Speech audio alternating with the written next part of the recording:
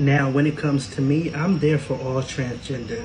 I will honestly, humbly say I have helped a trans man who watched me grow up from a little child who's now 35 push into their transness and find the resources and find the courage to be themselves, get them on hormones. I helped one of my trans sister get her breast covered by her Medicaid.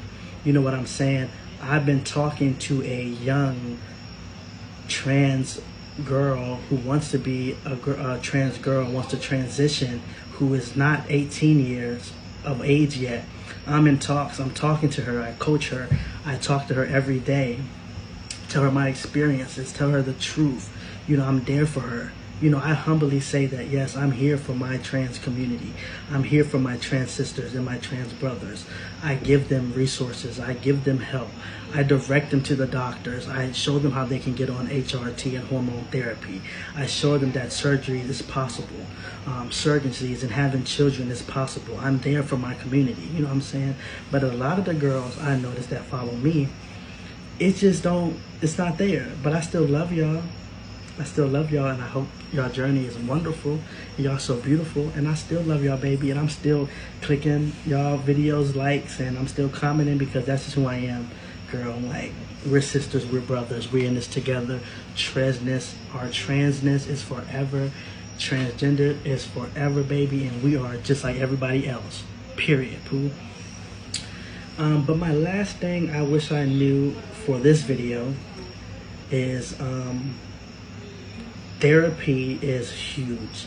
You should take the opportunity to do therapy, get healed, let things go, and figure out ways how to deal with things that you need to let go of and the trauma in your past. Even I would just say, because even in some roadblocks, like if you're trying to get surgery or HRT, you may have to talk to a therapist. In my case, I didn't have to talk to a therapist for anything, but now I'm realizing that, yeah, I need that therapy because you just need to know how to deal with things. And when it comes to like certain things, it's still going to be there. And my last thing would be like gender dysphoria. I feel like I kind of wish I knew more about gender dysphoria because it's real. And a lot of times I feel like I look different ways. Some days I'm beautiful.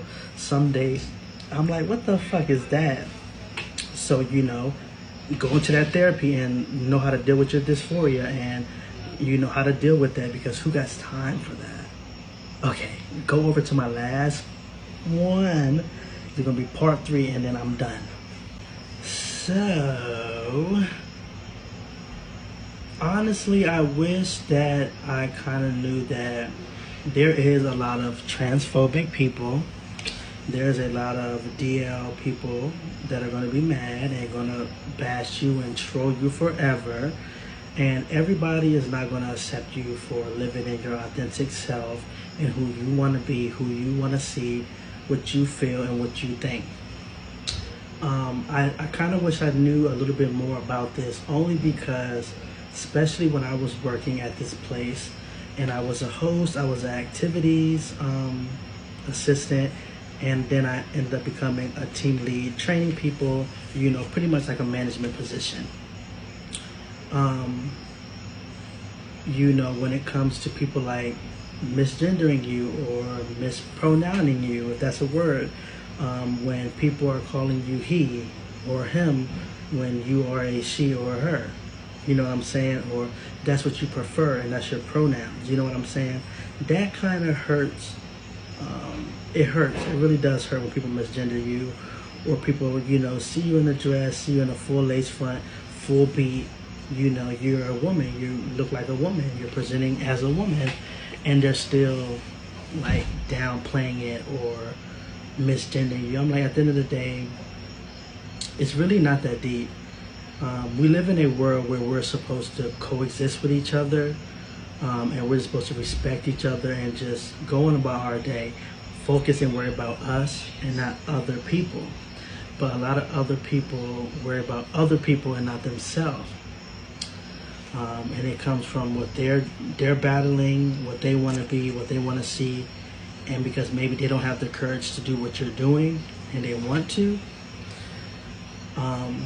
So that is, I definitely feel like I wish I knew about the transphobic people and the people who are going to bash you and troll you forever, because it hurts. It really does hurt. It makes you, you know, go from having the best day, feeling untouchable, to feel like everybody's beating you down, kicking you down, and to a point where it's like the worst of the worst. So you just kind of need to know how to deal with it and kind of be okay with yourself, and really get to a point where what people say shouldn't affect you if you're happy. You know what I'm saying? Because even if you are, you know, other ways or a certain way, or you're too loud, or you're ghetto, or you're too white, or too professional, or, you know, you dress up too much, you wear too much makeup, or whatever the case may be, people are going to have something to say anyway. So you kind of got to just kind of like deal with it and kind of just like shake it off, brush it off, and like let it go to the wayside. But it's hard, I know. But you have to get to that point. And I'm kind of getting to that point where it's like, you know, whether back then it was like maybe 1 in every 20 instances, I would go off or like care or like dictate my feeling or how I feel about that day. Now I would say it's like 1 in 100. 1 in 100. Now your girl really don't care. But that's one thing, you just gotta kind of be comfortable in your skin and just keep going, baby, and keep being who you want to be, because it's about your happiness. So yeah, that's really it about what I wish I knew. So yeah, but I'm sure this will be to be continued, so stay tuned, baby, because I'm sure I will run into many more roadblocks. But that's it.